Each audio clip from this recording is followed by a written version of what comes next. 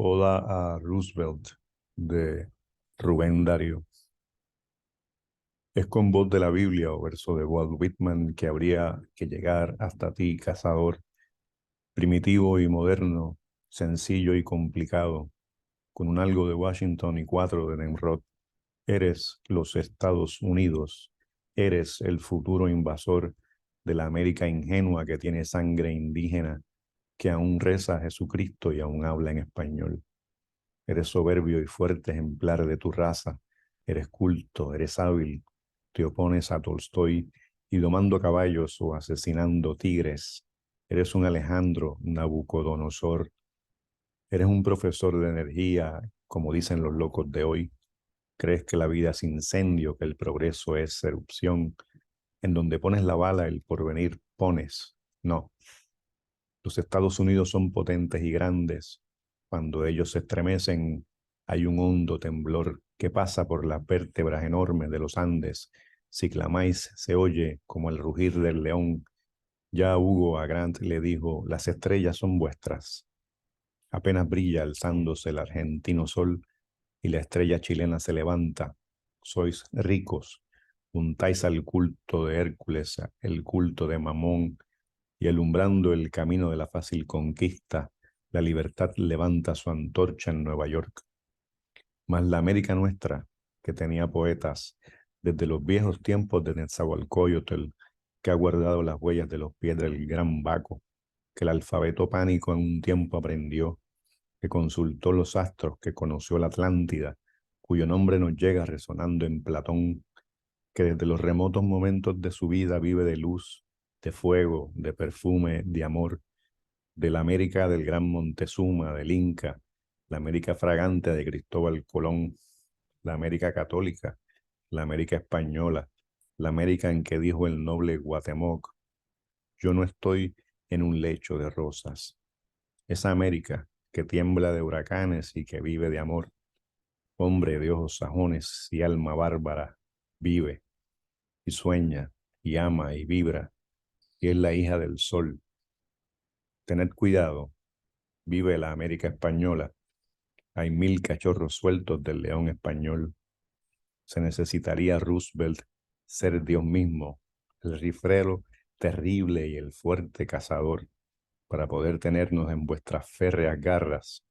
Y pues, contáis con todo. Falta una cosa. Dios.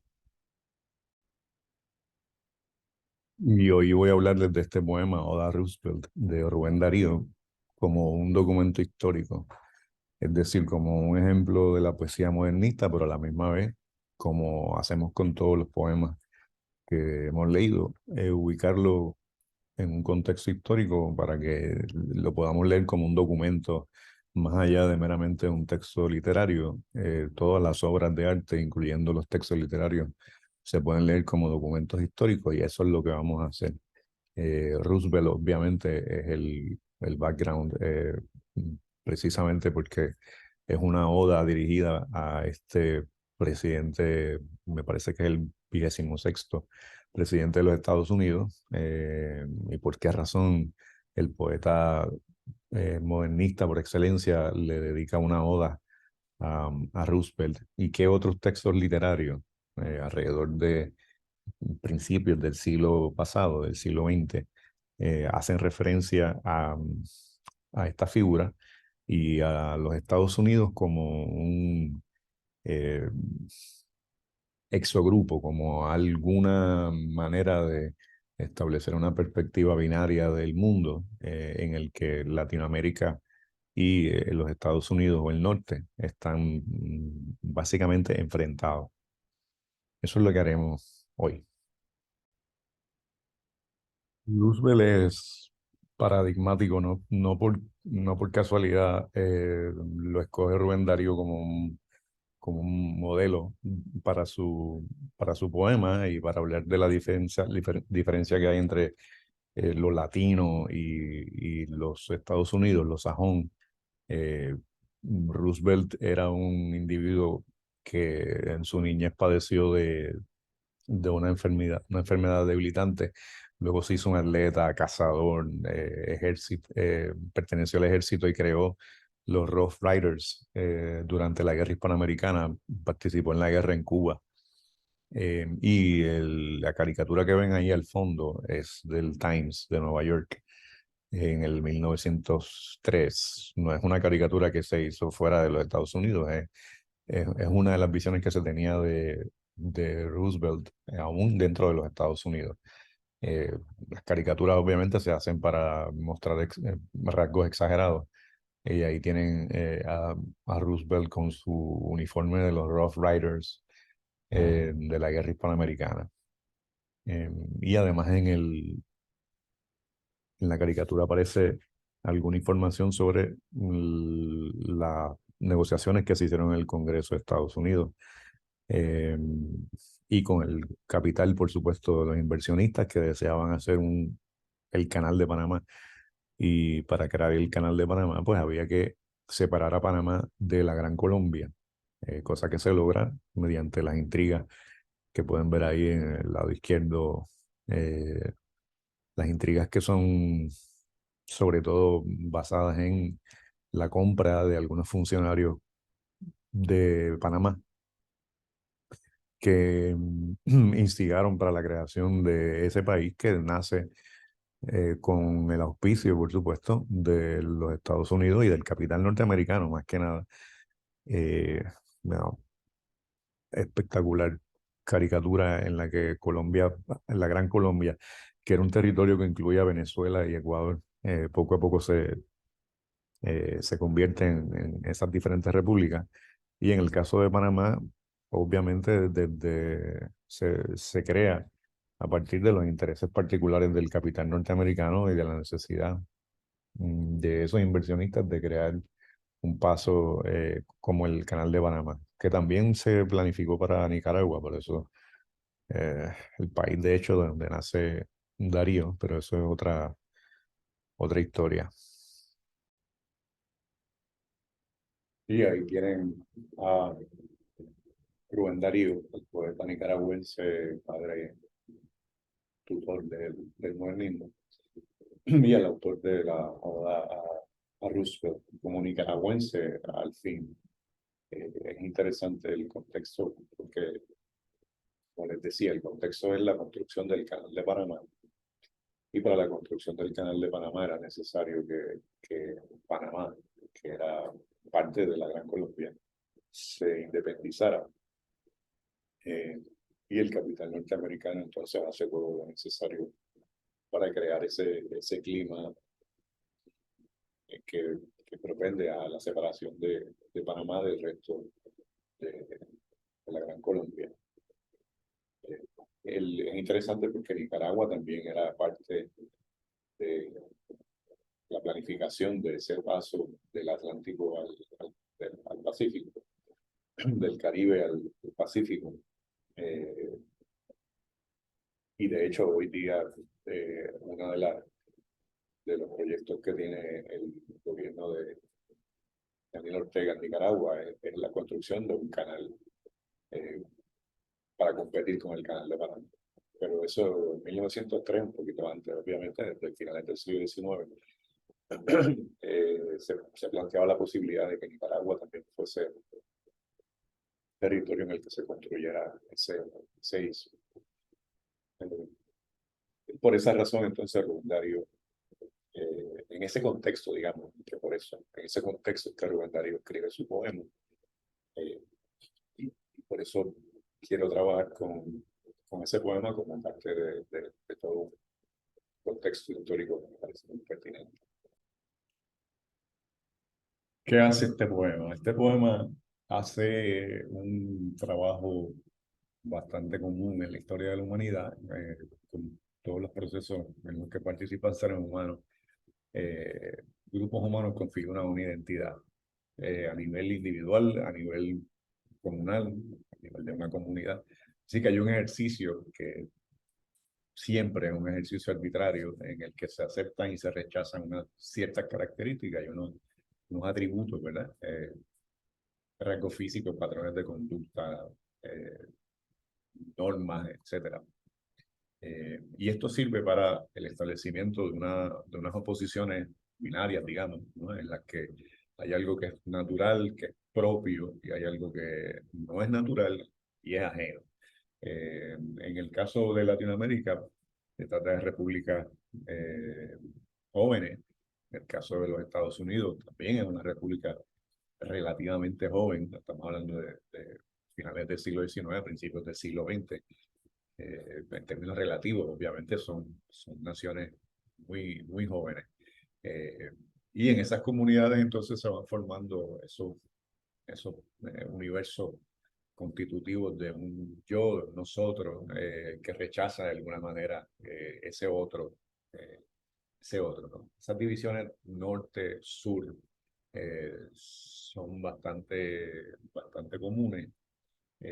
Y en el proceso histórico del que estamos hablando, finales del siglo XIX, principios del siglo XX, se ha configurado ya el momento en el que el norte representa el progreso, la influencia mayor en el resto del mundo.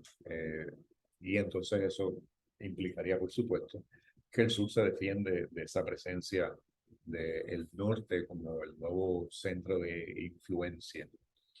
Por supuesto, estamos hablando de procesos muy largos, ¿verdad?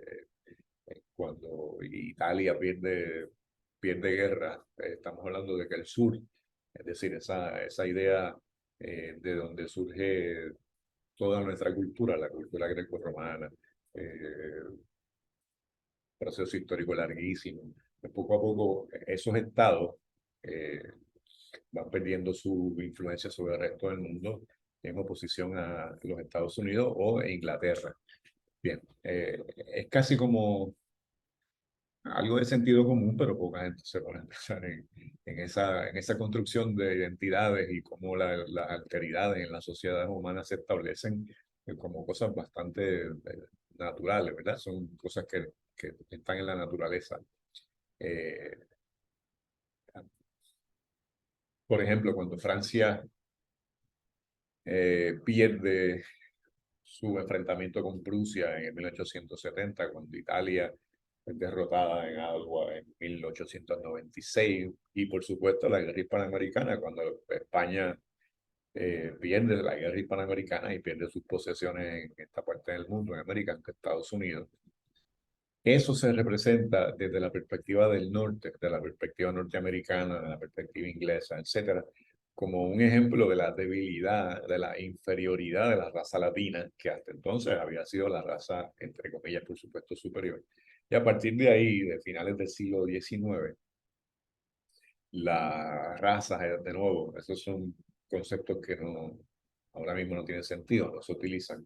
La raza germánica y la raza anglosajona vienen a ser entonces las razas más poderosas. Y con respecto a la raza germánica, pues obviamente eso tuvo como resultado eh, todo el proceso barbárico, ¿verdad? De la Segunda Guerra Mundial.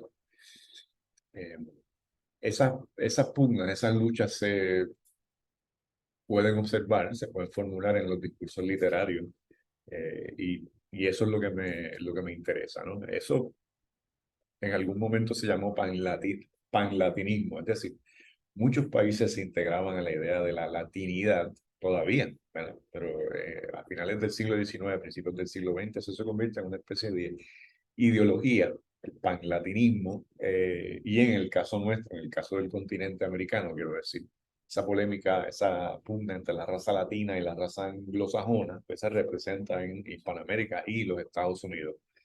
Esa tensión entre Hispanoamérica y los Estados Unidos alcanza su máxima tensión a finales del siglo XIX, como les he dicho, y la idea, ¿no? La paranoia y el temor de una posible invasión de los Estados Unidos por las políticas imperialistas, ¿verdad?, que adopta el gobierno de los Estados Unidos, generan en Hispanoamérica una especie de sospecha sobre esa posibilidad, y esa sospecha, esa posibilidad de que los Estados Unidos invadan a algún territorio hispanoamericano, tiene como resultado entonces la creación de estos discursos esencialmente binaristas en los que el norte, el sur, se enfrentan, el norte como la materia, el sur como el espíritu, y distinción que se hace desde el norte, ¿no? La civilización y la barbarie. Son crisis que se dan entonces de manera muy fuerte a finales del siglo XIX, a principios del siglo XX.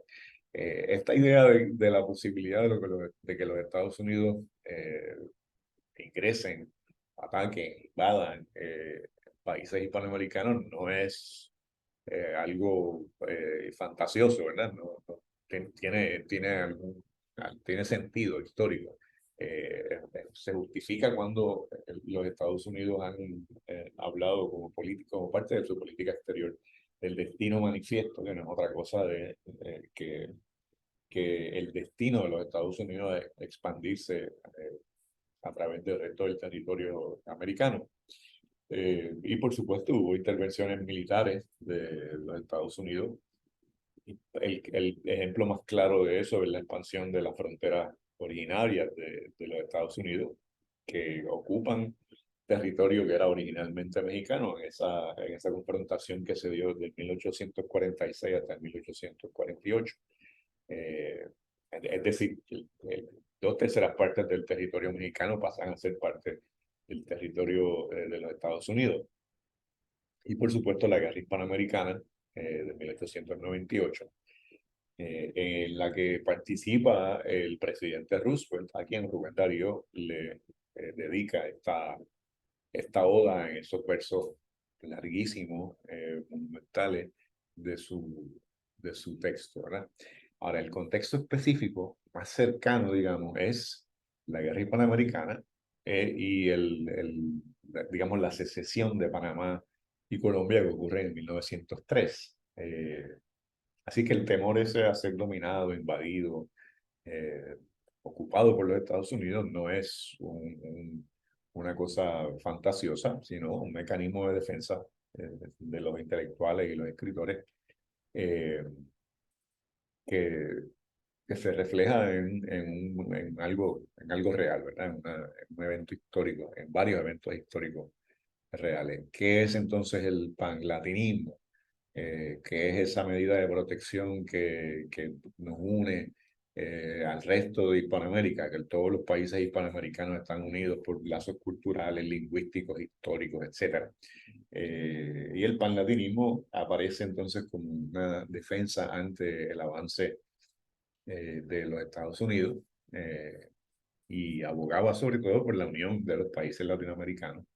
Eh, Unión lingüística, solidaridad o cooperación para defender los intereses y el bienestar de esos países frente al expansionismo norteamericano. Así que hay que tener en cuenta que hay un clima de tensión en esos momentos y que el presidente de los Estados Unidos en ese periodo que acabo de decir, ¿verdad? 1903, el momento de la secesión de Panamá de Colombia, Theodore Roosevelt es el 26º presidente de los Estados Unidos, es presidente desde 1901 hasta el 1909. Primero es presidente cuando asesinan a McKinley y él ocupa la presidencia y luego gana las elecciones. Roosevelt es el creador de los Rough Riders. Apenas 2 años antes había participado en la guerra hispanoamericana en el 1898. Y en el 1903, el presidente Roosevelt envía una flota de guerra a las costas de Panamá, noviembre de 1903. Y uno de los propósitos que tiene esa presencia de la flota de guerra en las costas panameñas es primero crear un poco de terror, ¿verdad? Pero además incitando a los sectores que querían la secesión, ¿verdad? La rebelión para separarse de Colombia con el propósito principal del desembarco de esos marines en el territorio. Era detener al ejército de Colombia que quería evitar la revuelta, ¿no? La secesión, la separación. Pero esto, por supuesto, el ejército de Colombia no logra su cometido y a los 3 días de llegar esa presencia de la flota de guerra a Panamá, Estados Unidos reconoce el nuevo país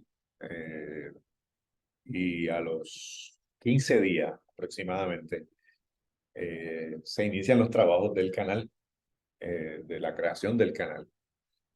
Y esto es bastante obvio, ¿no? El propósito de la presencia de la Marina de Guerra de los Estados Unidos en la costa panameña no era otra cosa que defender los intereses del capital norteamericano, escudándose, por supuesto, en esa doctrina Monroe, que fue la misma doctrina que permitió que Estados Unidos iniciara la guerra hispanoamericana.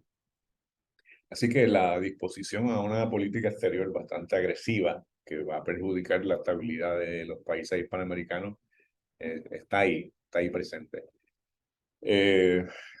Roosevelt pronuncia un discurso el 3 de noviembre de 1903, hablando sobre la intervención de los Estados Unidos en Panamá, y es bastante breve.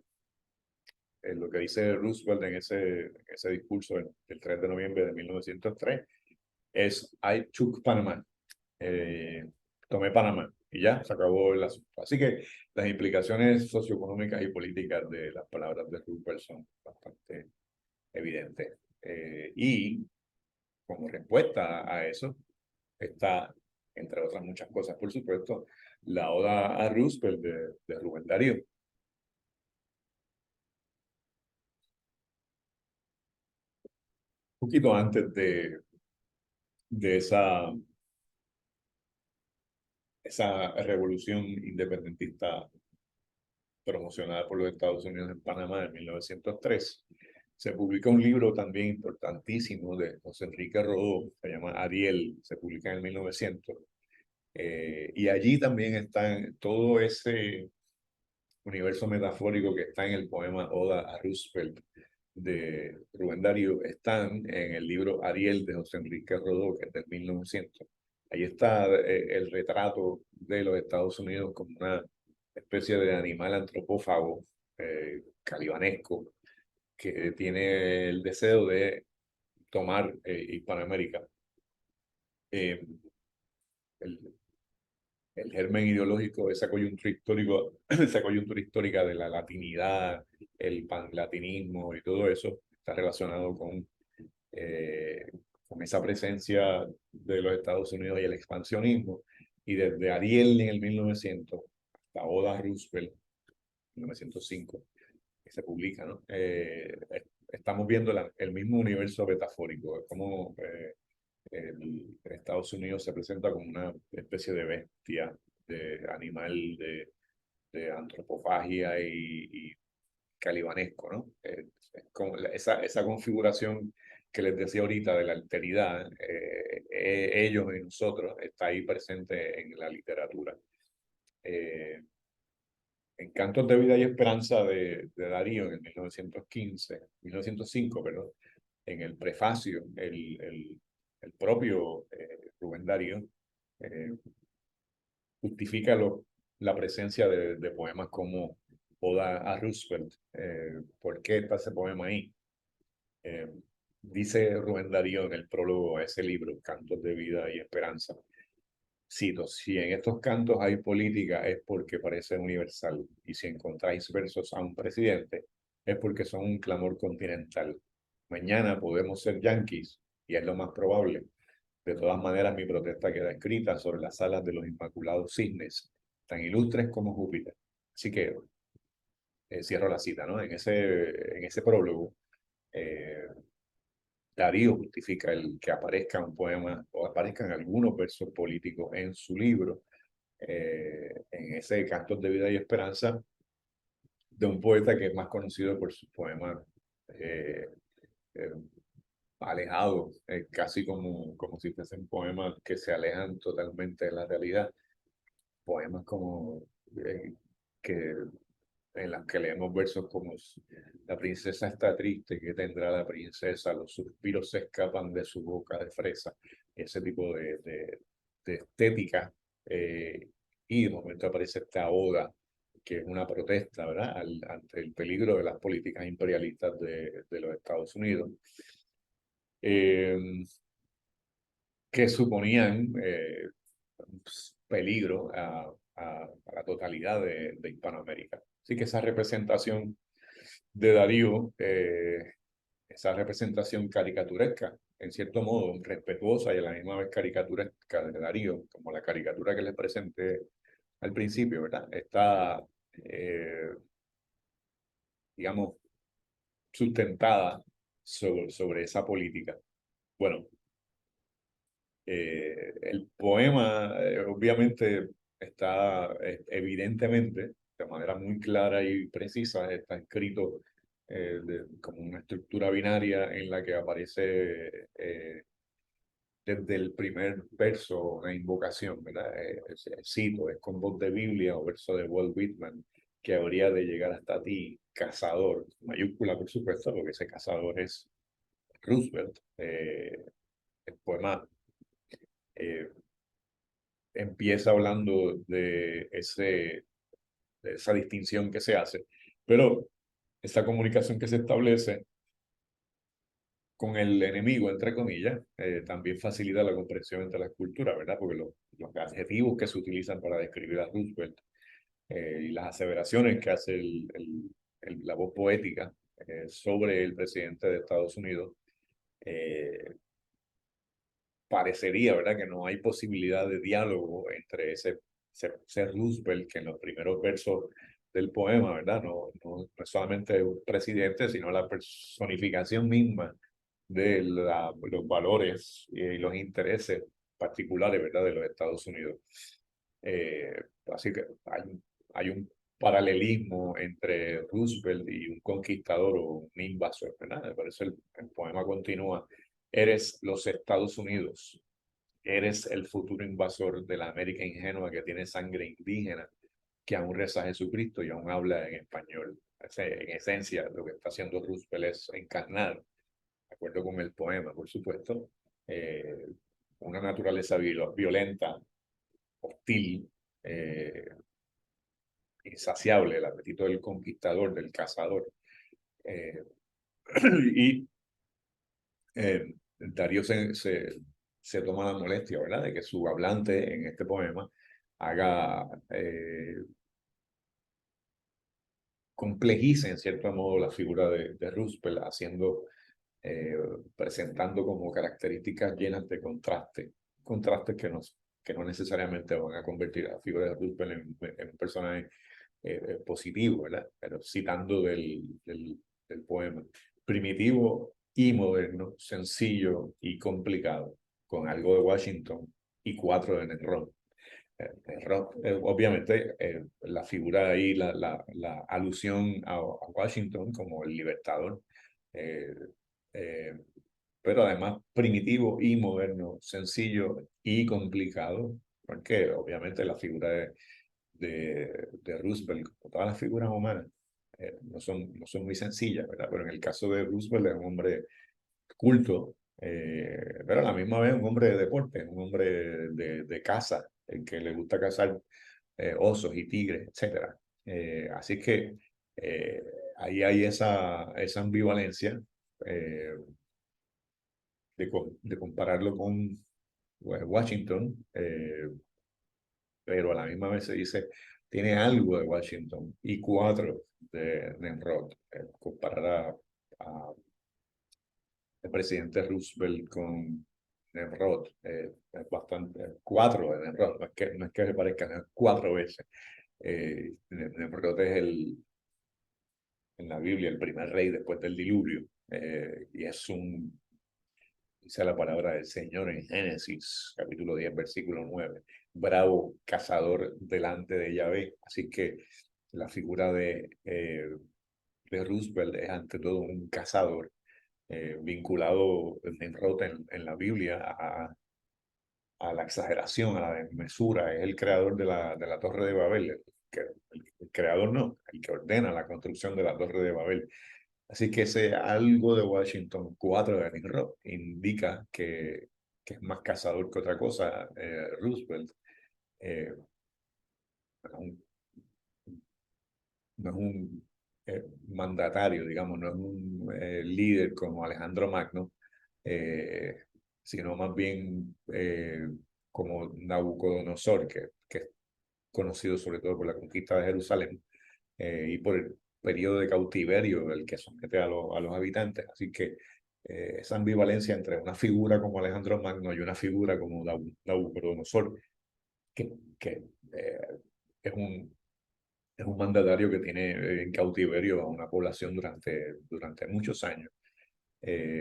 Y otras alusiones interesantísimas, como citando del poema: te opones a Tolstoy y domando caballos o asesinando tigres, eres un Alejandro Nabucodonosor. Y esa alusión a Tolstoy es interesantísima porque Tolstoy es el autor de un clásico de la literatura, escritor ruso, la Guerra y Paz, que se publica en 1869, y Tolstoy es una figura importante para el pacifismo desde el siglo XIX. Y se opone, entonces, obviamente Roosevelt en esta alusión a Tolstoy se opone al pacifismo, y entre la guerra y la paz, el presidente de los Estados Unidos prefiere la guerra.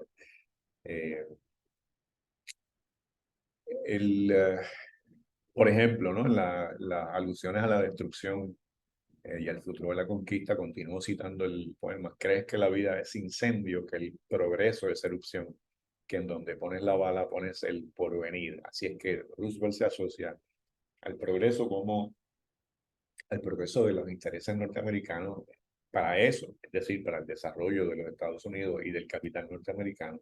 Es necesario entonces la destrucción, destruir aquellos territorios que van a ser ocupados para imponer allí entonces los intereses norteamericanos. Eso no ocurre en Panamá, porque Panamá se independiza de Colombia, y a las 2 semanas ya se está construyendo el canal de Panamá, pero de no ocurrir hubiese sido una invasión, como ocurrió más tarde en Panamá, que sufrió mucho más tarde, ya eh, acabándose el siglo XX, la invasión de los Estados Unidos.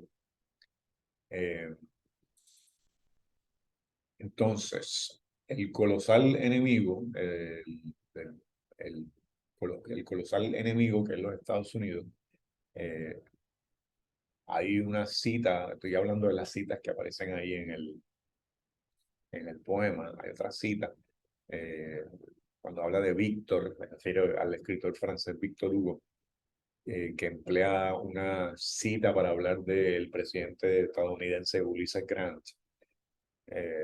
Las estrellas son vuestras, así se establece Darío en el poema, establece una colección ideológica entre el poema y el texto del escritor Víctor Hugo, el literato francés.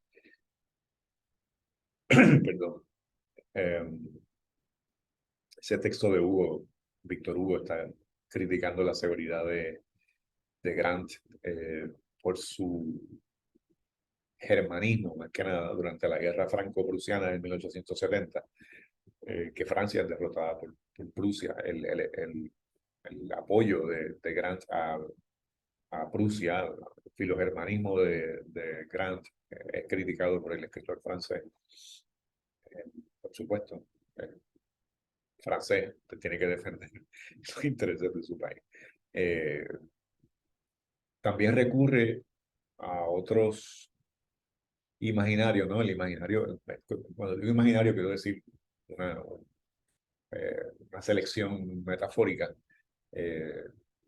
cósmica, donde se opone las estrellas de Argentina y Chile a las de los Estados Unidos, ¿verdad? En ese poema, los versos 25 y 26 del poema: apenas brilla alzándose el argentino sol y la estrella chilena se levanta. Así que esas repúblicas de Argentina y Chile, a las que se alude de manera directa, son en ese momento, finales del siglo XIX, principios del siglo XX, dos naciones prósperas y en vías de desarrollo, con las que se pensó, incluyendo a Darío, por supuesto, que se integraban en una especie de mercado común. Ahí se podría integrar a Brasil, que también era una nación próspera y en vías de desarrollo, un muro de contención frente a los Estados Unidos. Ese crecimiento y ese desarrollo económico de de Argentina y Chile era visto en ese momento como una especie de muro de contención ante el avance del Coloso del Norte, ¿verdad? Y las estrellas del Panamérica, ¿no? Los versos 25 y 26 apenas brilla alzándose el argentino sol y la estrella chilena, porque son naciones que están en ese momento en, prósperas, pero en vías de desarrollo. Así que el Coloso del Norte obviamente tenía ventaja con respecto a esas naciones que vienen en desarrollo. Otros asuntos que me parece pertinente es la cuestión del el catolicismo como un modo de enfrentarse también a el Coloso del Norte, que es protestante. Así que, y es interesante eso, el verso 8, que este territorio que aún reza a Jesucristo, los Estados Unidos, según el texto, ¿verdad? Tienen un nuevo culto a la fuerza, a la guerra, al progreso y sobre todo a la riqueza.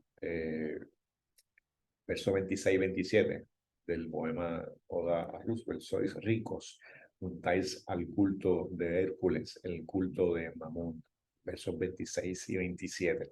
La referencia a Hércules, por supuesto, el semidios griego que se caracteriza por su fuerza sobrehumana, con lo que el poema destaca, ¿verdad? La superioridad militar de los Estados Unidos para imponer sus intereses políticos y económicos, como ocurre, ¿verdad?, con la toma de Panamá en 1903. Y la alusión a la figura de Mamón, que exige una explicación un poquito más detallada, porque Mamón es un dios fenicio que está asociado con los metales preciosos y la riqueza material, y es un personaje al que la Biblia se refiere como una personificación del dinero, como dice la palabra del Señor en Mateo capítulo 6, versículo 24: nadie puede servir a dos señores, porque aborrecerá a uno y amará al otro, o bien se entregará a uno y despreciará al otro. No puede servir a Dios y al dinero. Y si Dios, y si eso es la palabra de Dios, obviamente, y si los Estados Unidos no rinden culto a Dios, sino al dinero, a la riqueza, pues entonces, según el texto de Darío, se sugiere que el pueblo norteamericano, más bien que el pueblo norteamericano, que el gobierno norteamericano no cree en el Dios cristiano. Así que la comunidad estadounidense no representa un nexo, sino por el contrario, representa una separación. Es amoral en ese sentido, está dominado por la avaricia y por el dólar. Así que Darío rechaza rotundamente esa posibilidad de vínculo con el norte. El verso 19 es categórico, ¿no? El verso 19 es no. Esa manera de entender el progreso, no como un proyecto pacífico, sino como un deseo egoísta de avance económico, de avance industrial, cuyo triunfo está garantizado por cualquier manera, pues Darío rechaza eso categóricamente.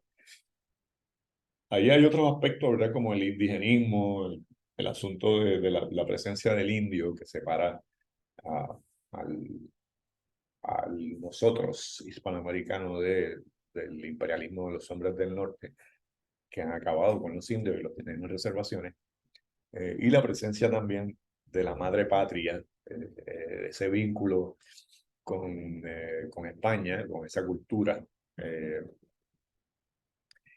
problemático, ¿no? Pero eso es lo que propone el texto. Entonces, bueno, buscar aquí otro. Ese hispanofilia, si se quiere, el verso 46, hay una oposición clara, ¿no? Los hombres de ojos sajones y alma bárbara en el verso 44, frente a la América española. Tengan cuidado, tened cuidado, vive la América española en el verso 46. Y que hay una presencia ahí de una hispanofilia bastante fuerte en la comunidad. Esto es una ficción, pero las ficciones, todas las sociedades y todas las comunidades y todas las identidades funcionan de esa manera, ¿verdad? Como ficciones. Esa comunidad pacífica, en sintonía con lo espiritual, eh, que es la hispanoamericana, de nuevo, es debatible, ¿verdad? Pero esa es la posición que aparece en el poema, mientras que Roosevelt está asociado, los Estados Unidos están asociados a otra idea del mundo. El indigenismo, obviamente, está, las menciones de Nezahualcóyotl, el rey de Texcoco, que nosotros ya leímos en clase, aparece en ese poema de Rubén Darío. Cuauhtémoc, el último emperador azteca, que es símbolo de la resistencia indígena. Y ese indigenismo y ese hispanismo, esa hispanofilia, son comunes a esta parte del mundo principios del siglo XX, final del siglo XIX, principios del siglo XX. Hay que destacar, obviamente, que a Roosevelt, Darío, ¿verdad? Estoy hablando ahora del documento histórico, está intentando, en cierto modo, de hacer homogéneo Hispanoamérica, con una especie de homogeneización de Hispanoamérica, cuando la realidad se trata de diferentes pueblos, ¿verdad? Pero hay una identidad latina que se comparte porque es necesario la unidad de Hispanoamérica frente a los intereses norteamericanos. Es una ideología, es decir, una codificación de la realidad hecha con intereses particulares, porque los pueblos de Hispanoamérica no son homogéneos, ¿verdad? Obviamente hay que hacer distinciones, pero estamos hablando de lo que se propone ahí a principios del siglo pasado, ¿verdad? El indigenismo como parte de la unidad continental, el pacifismo, la concordia, rechazando la guerra, pero ese indigenismo allí pues revela, por supuesto, una visión de América Latina que no es real. Ahí se mistifica mucho el mundo precolombino, que se presenta como inocente, puro, mágico, cuando la realidad es que el mundo precolombino también estaba lleno de confrontación entre varios grupos. Pero a fin de cuentas, es una propuesta ideológica, como sucede en todas las comunidades humanas. Esa eh, falta de lógica histórica que mezcla personajes indígenas como Cuauhtémoc, Moctezuma, y con Colón, y lo típico español, se mezcla Cristóbal Colón y el catolicismo con Cuauhtémoc, Moctezuma, Nezahualcóyotl, que fueron precisamente víctimas de Cristóbal Colón y lo que vino después, ¿verdad? Así que hay una propuesta ahí de un ideal heroico que no se sostiene con la realidad, pero es una propuesta, una codificación de la realidad hecha con esos intereses, ¿verdad?, de enfrentarse al expansionismo norteamericano. Bueno, yo creo que de este modo les he dado una introducción a un poema en específico de Darío. Yo espero que hayan leído los poemas que aparecen en los enlaces que les envié anteriormente, el poema de Darío, del modernismo. En el video anterior le hice también una presentación, una introducción más bien al tema de la modernidad y el modernismo.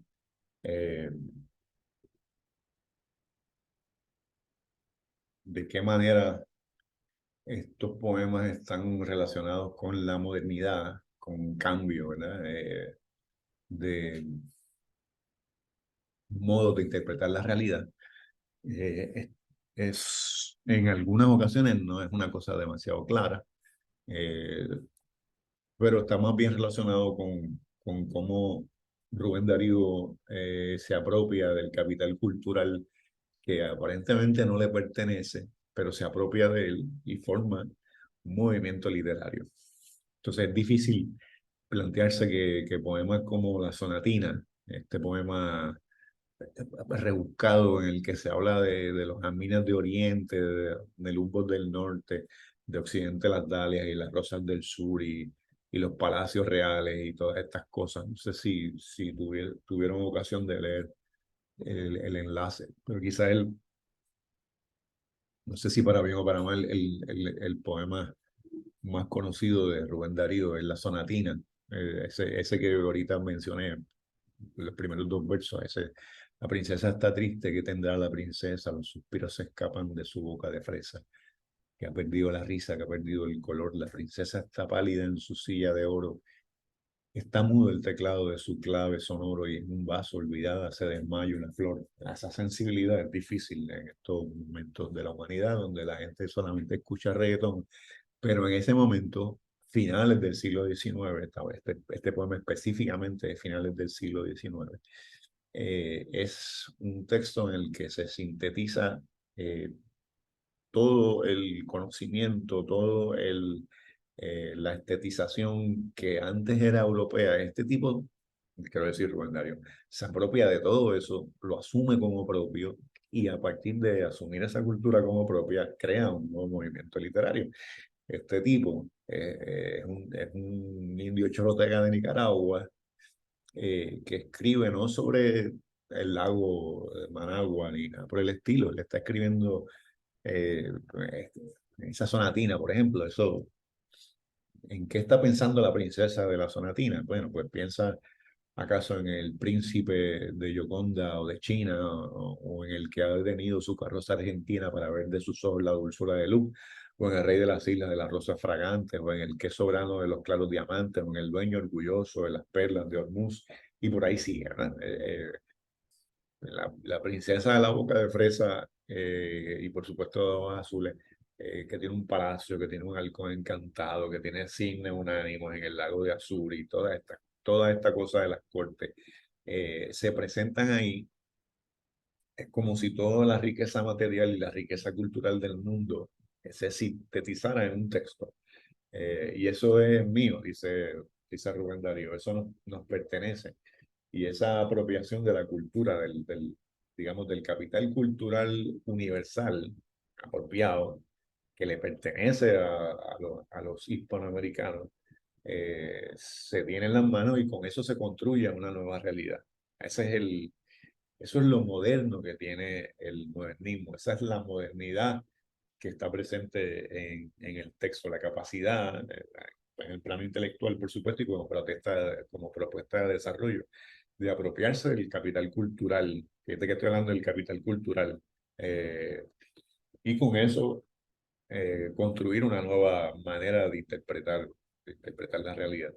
Eh, y el poema de Oda Roosevelt es quizás el más político que escribe en su vida Rubén Darío, y lo traigo a colación pues, precisamente porque se trata de dos modos de interpretar, una especie de confrontación en la que Roosevelt se ve como el beligerante, eh, no se ve sino que es, ¿verdad? Beligerante, que se opone al bienestar y la integridad del pueblo hispanoamericano, es decir, al acceso a la modernidad del pueblo hispanoamericano, porque si el pueblo hispanoamericano o los pueblos hispanoamericanos están subyugados, esas repúblicas del sur están subyugados a los intereses del norte, pues entonces no van a poder satisfacer sus intereses económicos y políticos.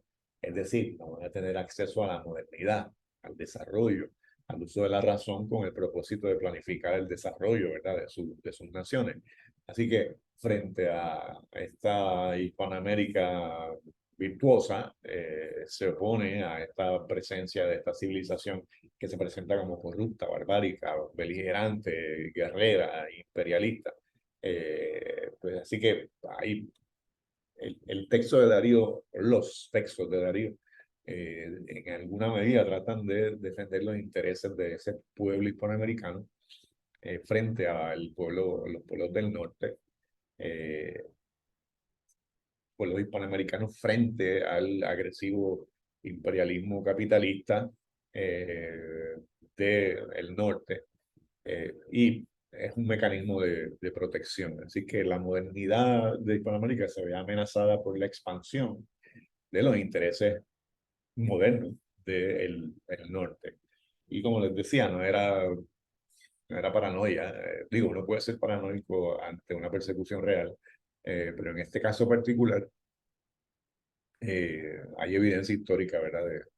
De que lo que planteaba Rubén Darío era perfectamente eh, real. Hay bastante evidencia histórica al respecto. Bueno, con esto creo que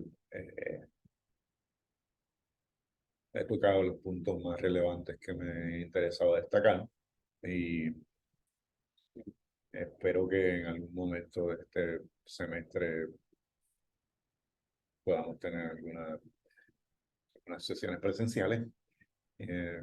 Los invito a hacer sus propias búsquedas eh, con los temas que hemos trabajado. Y solo me resta decirles que el jueves nos reuniremos de alguna manera, que les avisaré a través del correo electrónico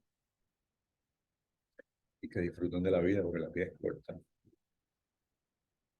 Nos vemos.